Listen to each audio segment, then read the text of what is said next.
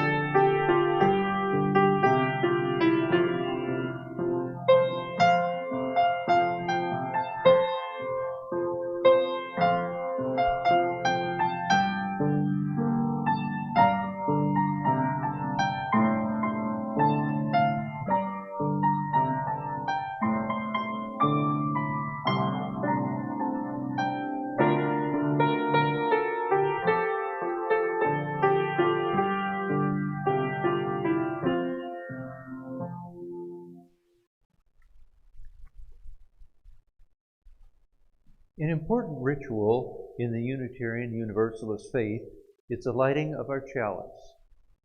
Unitarian Universalists have many different interpretations of the flaming chalice, including the light of reason, the warmth of community, and the flame of hope. Join me in celebrating all of these reasons and more. Together, please recite the above unison words for the as Rose lights our chalice.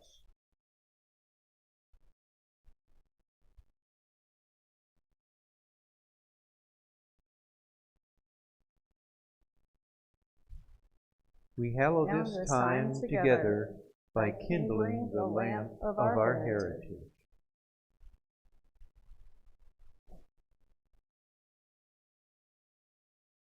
I invite you to join me as you are able in a spirit of prayer and meditation. Spirit of life, may each of us here find a balance of light and darkness that our souls need. As the days grow shorter, may we find nourishment and potential in the deepest, darkest place. May we also know the warmth and hope of light. May each of us know when to struggle, when to rest, when to tend others, and when we need tending. Amen, and blessed be. I invite you to join us in our opening hymn, number 170 in the Gray Hymnal. We are a gentle, angry people. Feel free to stand if you need to project a little more.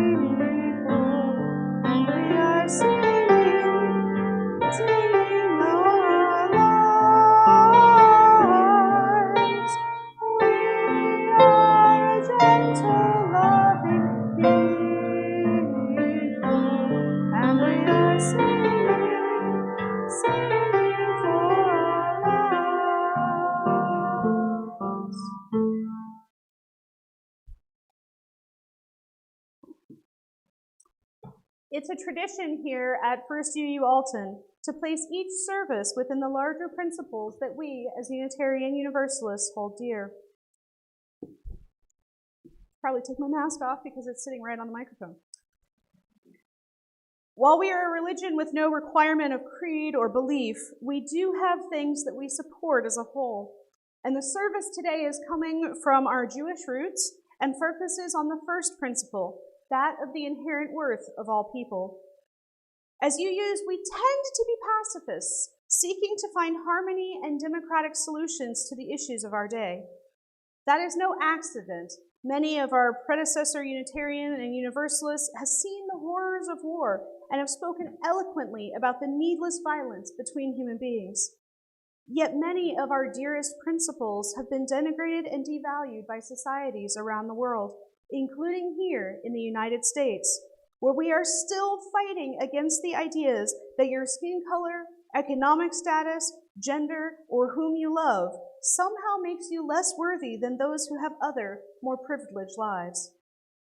The ancient Maccabees were told by Rome that because they were Jews, they were unworthy of equality, and that the only way they could be equals was to give up all the things that made them unique. This is the same lie that society gives so many of us today. If we just look right, talk right, act right, we will be welcomed, or so we are told. And yet there is never really a place for the outcasts like us at the table. The Maccabees fought with weapons for their freedom. Today we fight with time, talent, and finances to help bend the moral arc of the universe towards justice. May each who are here today be inspired to tend those that are harmed by systems of oppression and hatred, including ourselves and those who oppose us, for they too have been crippled and harmed by these systems of hate. May we never rest until all are free to live, love, and know that they have inherent worth and dignity. Amen, and blessed be.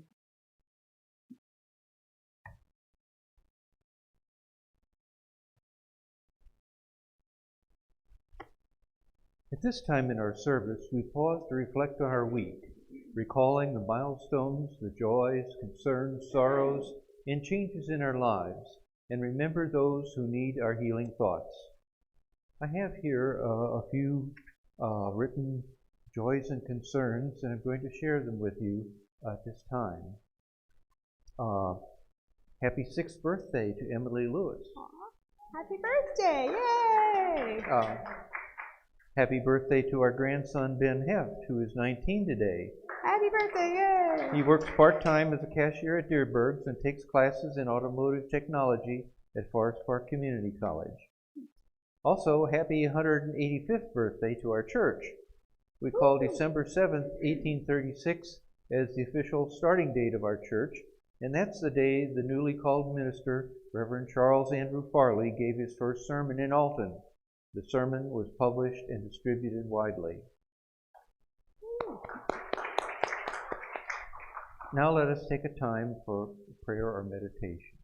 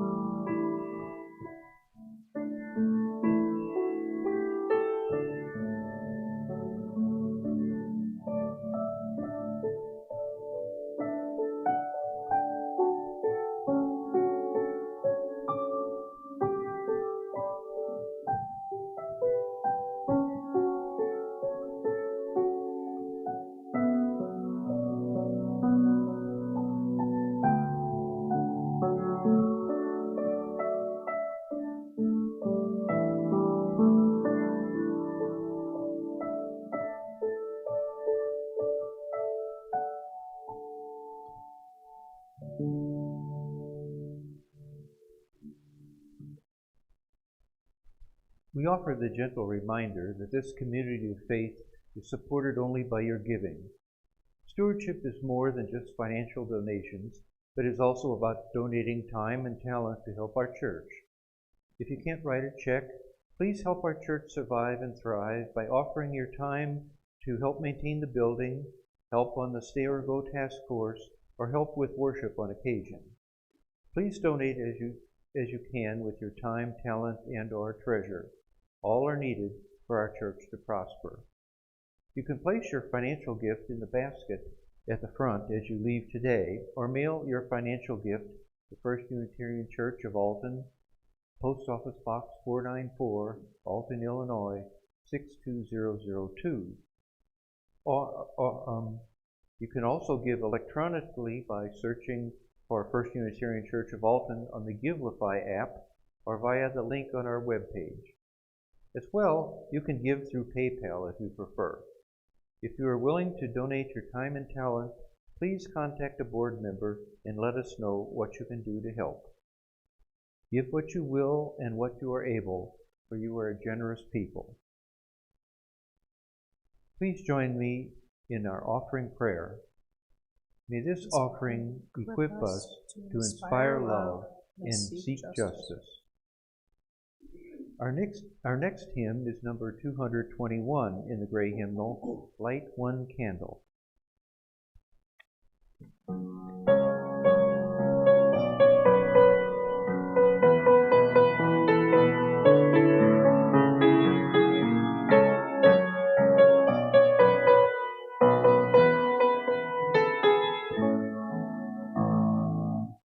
Light one candle for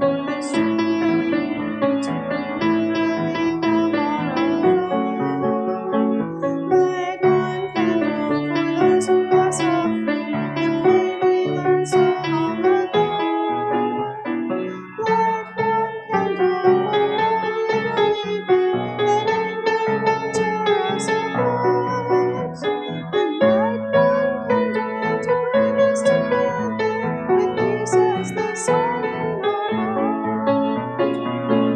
Don't let the light go out, it's lasted for so many years.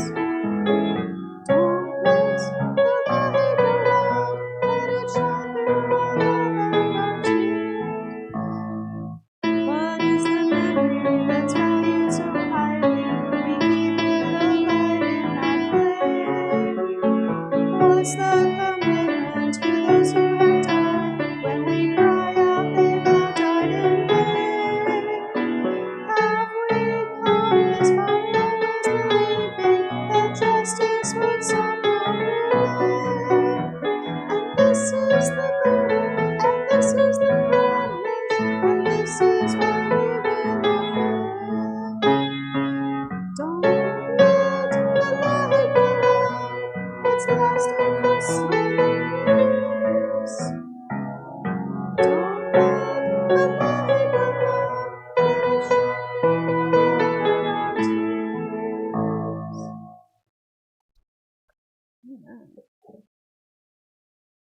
Well, good morning, everyone. Both those of you who are here in the pews, it is so nice to be able to speak and have people sitting nearby. Yay! We're glad to be back. What wonderful, wonderful thing.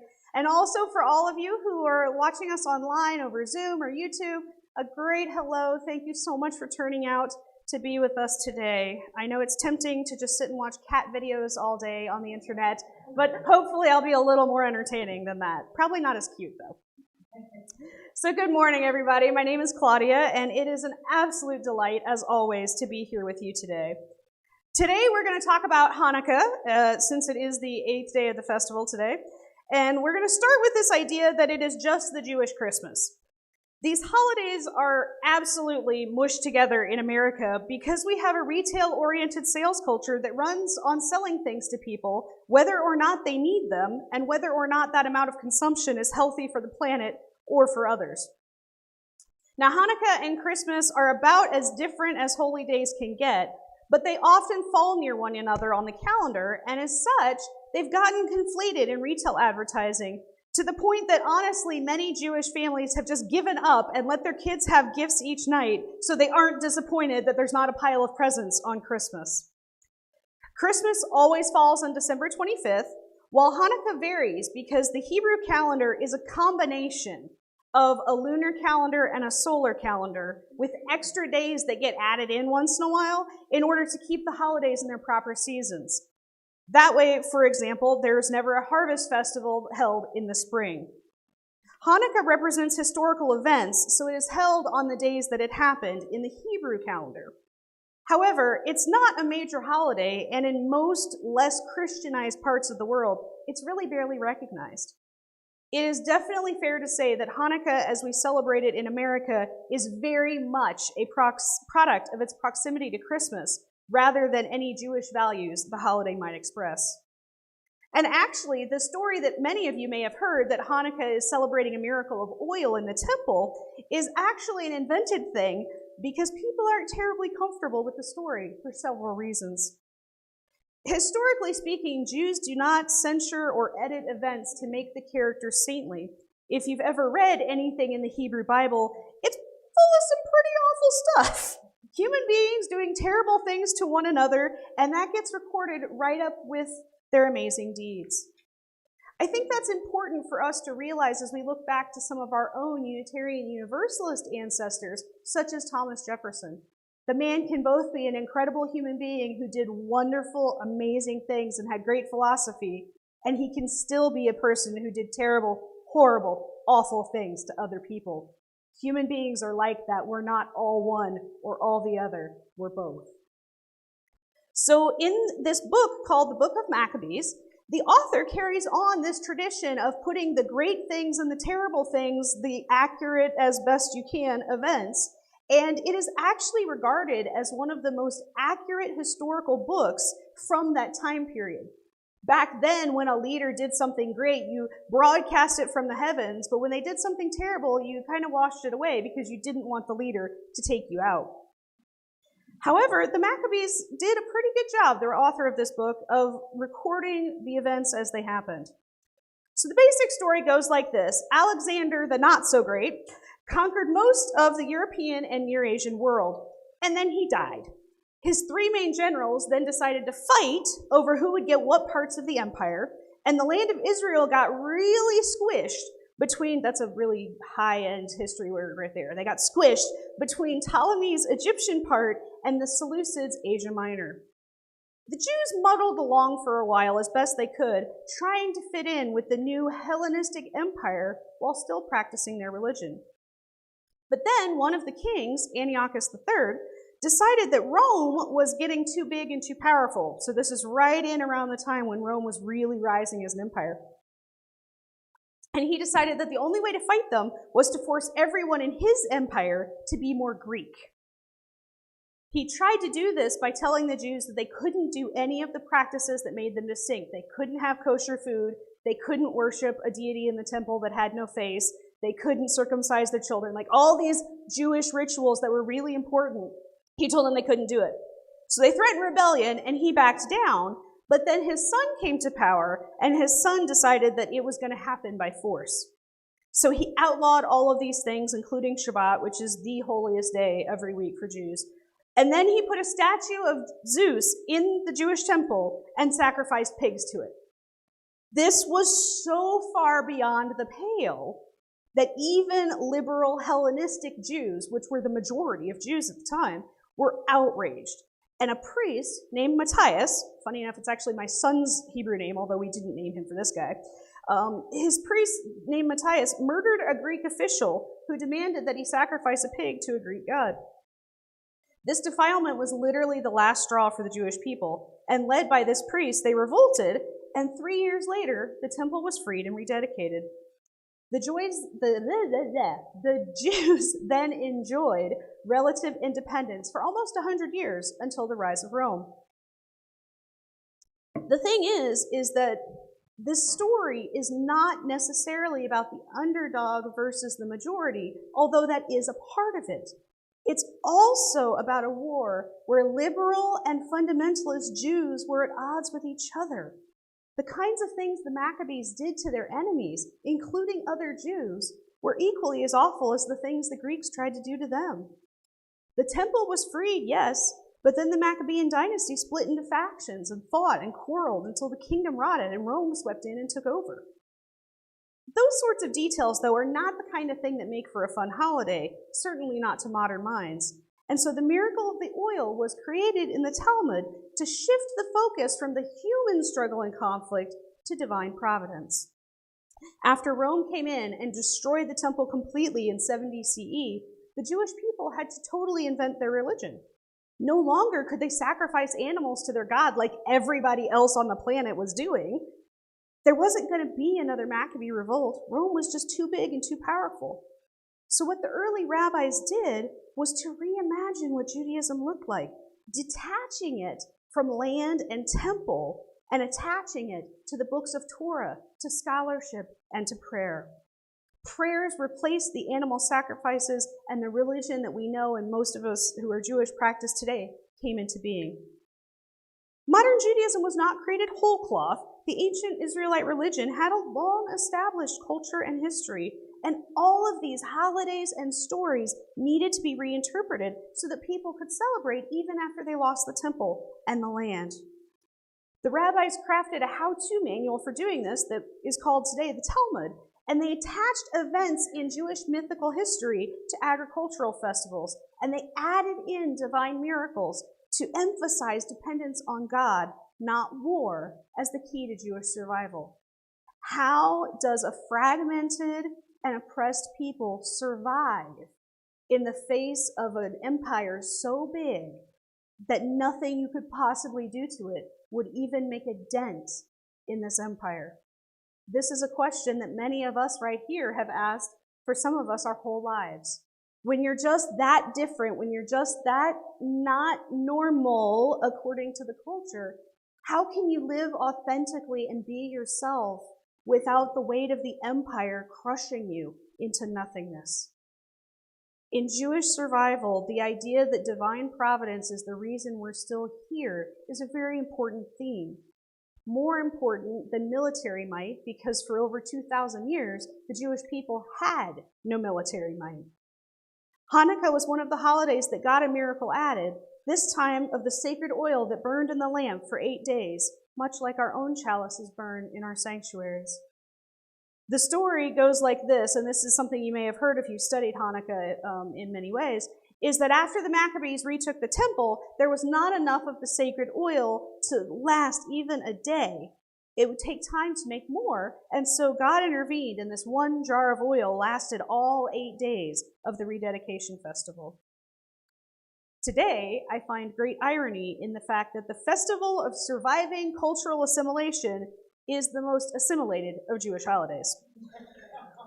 Gifts, food, ornaments, presents, these sound very familiar to most of you. Even many Jewish families even have a small Christmas tree that they light.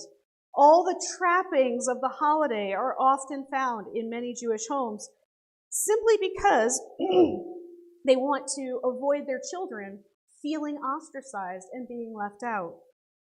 On a surface look, this might cause some people to reject this holiday completely, saying, well, it's just a made-up holiday to celebrate a made-up miracle that kept up the spirits of a rejected people who had lost their way of life and their land.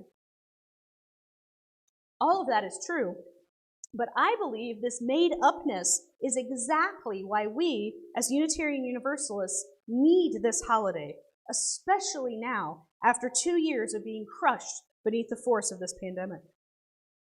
Actual history is messy, complicated, and often does not have clear winners or losers. Yes, the Jews lost their temple and their land and their way of life and their ability to speak their own language and their ability to be who they were. And yet, Jews are still here today, over 2,000 years later, still a minority, still persecuted around the world, including here in the United States, where anti-Semitic attacks are on the rise. But yet we are still here in a way that the Greek and Roman empires are not. Caesar is history, but the Jews are still here. Who won depends on how you define winning and how long a view you are willing to take. First UU Alton is in a special place today. We have gathered in person for the first time in a long while. We are worried about so many things. COVID, finances, the building, the projector, the many among us facing serious illness or crisis, those that we love and those that we know. I am sure that some of us are ready to give up, to just give it all up, just assimilate, go with the flow, forget the struggle of being so different in a world where empire still rules. Some of us want to fight. We want to smash the patriarchy and just keep smashing until all of the isms and phobias and all of these horrible divisive things that torment us have been reduced to rubble.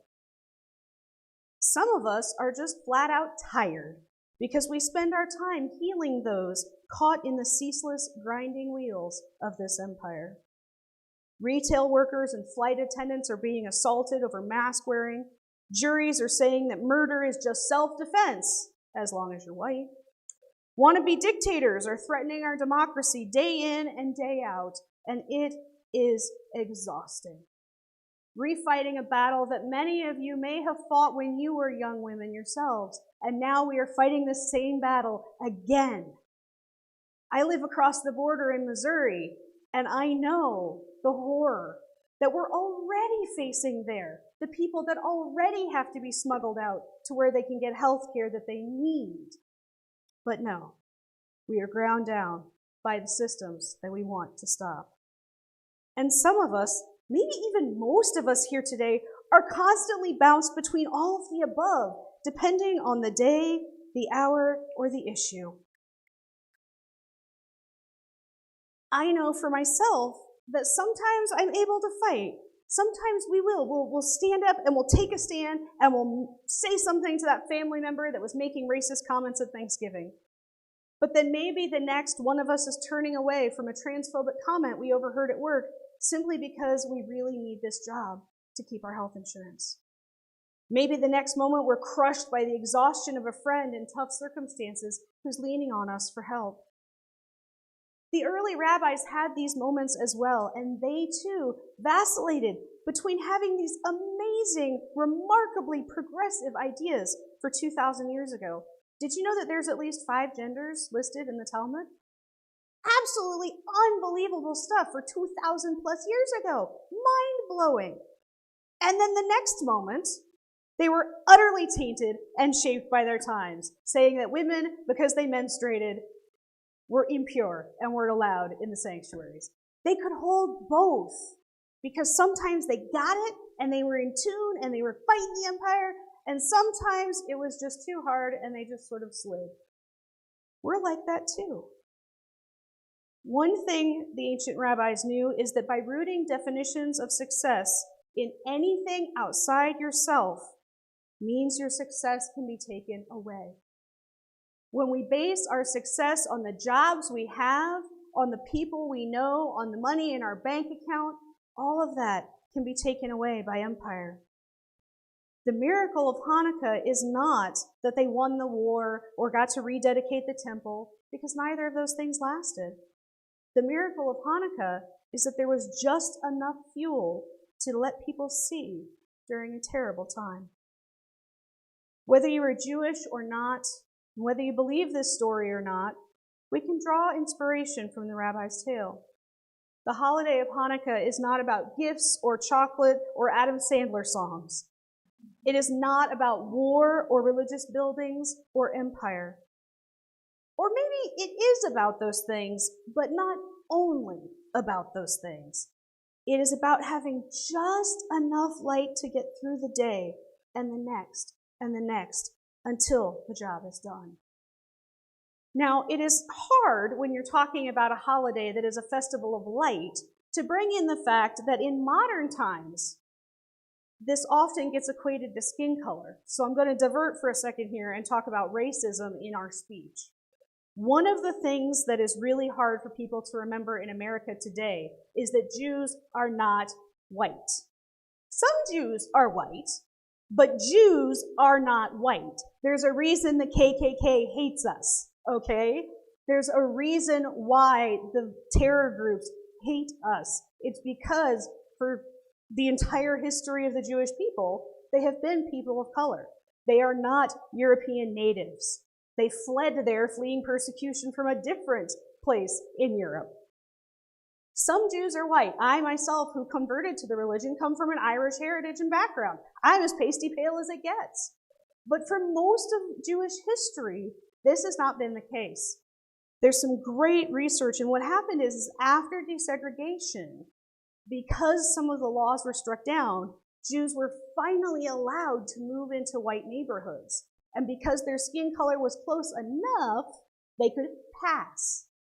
Many of us know what it's like to pass for straight, to pass for a different gender, to pass as somebody who agrees or doesn't agree with Uncle Tom, but we're just going to smile and nod anyway because we got to keep peace in the family. Let's face it, it's a lot easier to pass than it is to take a stand when somebody might put a bullet through you. There's a reason why Jews have not fought against the temptation to be lumped in with white people. But one of the things that makes it difficult is to remember is that when we're talking about light and darkness in Jewish history, this had nothing whatsoever to do with your skin color. It was about illumination and sight. We human beings are sight-based creatures. We need vision to fully interpret our world. My first son was deafblind, and I can tell you the difference and the difficulty that you have when you have one child who is sighted and one child who is not. That isn't to say that my blind child was not absolutely of ultimate worth and value. Every human being has ultimate worth and value. But it's about saying that the world we live in is meant to be one where we can use our eyes to illuminate things. So when we're talking about light and darkness in this text, when we're talking about light and darkness in the tradition of Hanukkah, again, it has nothing to do whatsoever with skin color and everything to do with being able to see. We, as Unitarian Universalists, are the underdogs. We are being ground down by the machine of empire. What Hanukkah teaches us is not that we will win forever. It is not that we are guaranteed to overcome. But what Hanukkah says in the end is that maybe, we can find enough illumination to get through the day. Maybe that light will be a miracle, some supernatural ability to overcome a circumstance that is utterly beyond your control. Maybe that light will be a quiet inner strength that helps you get through a particular moment where you otherwise might fall. Maybe your illumination will be a friend or a loved one holding you close and picking you up when you do fall. Whatever your illumination is and however you find it, Hanukkah teaches us that it can be enough. However bright or dim, it is enough. And the real miracle, the one that is available to us today as it is to the ancient rabbis, is that we together can be that light. Amen, and blessed be. Our final hymn is number 142 in the Great Hymnal, Let There Be Light.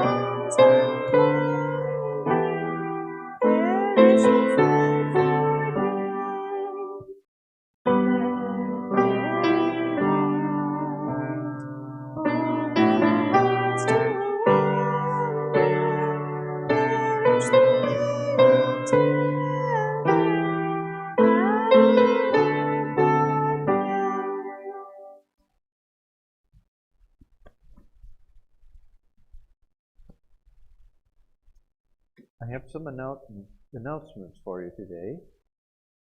The men's lunch group will meet on Thursday, December 9th at 11:30 a.m. at the Best Buffet and Grill in Wood River. All men in the church are welcome. If you have questions, contact Paul Hebert or Jerry Johnson. Please consider remaining after church today to help decorate for the holiday season. From Mary Johnson. Our fourth Saturday personal care distribution will be on the third Saturday, December 18th this month. 2 volunteers are needed to help from 10:30 to 11:15. We are always grateful for helpers and to those who provide financial support as well as contributions of products. This month we especially need men's socks, gloves or mittens for men, women, or children, and packets of hand warmers like Hot Hands. For Christmas, we are sponsoring a mother and 2 children associated with the Oasis Women's Center. This year, as last, we have been asked to provide gift cards instead of wrapped presents. Nancy McGilson is coordinating our participation and is asking that if you plan to contribute, please do so early this week, either by check or through Givelify. She will be purchasing gift cards and taking them to Oasis by December 15th. I invite you to join me in reciting a prayer as I extinguish the chalice. The light of truth and meaning cannot be put out. We are keepers of this flame until we meet again.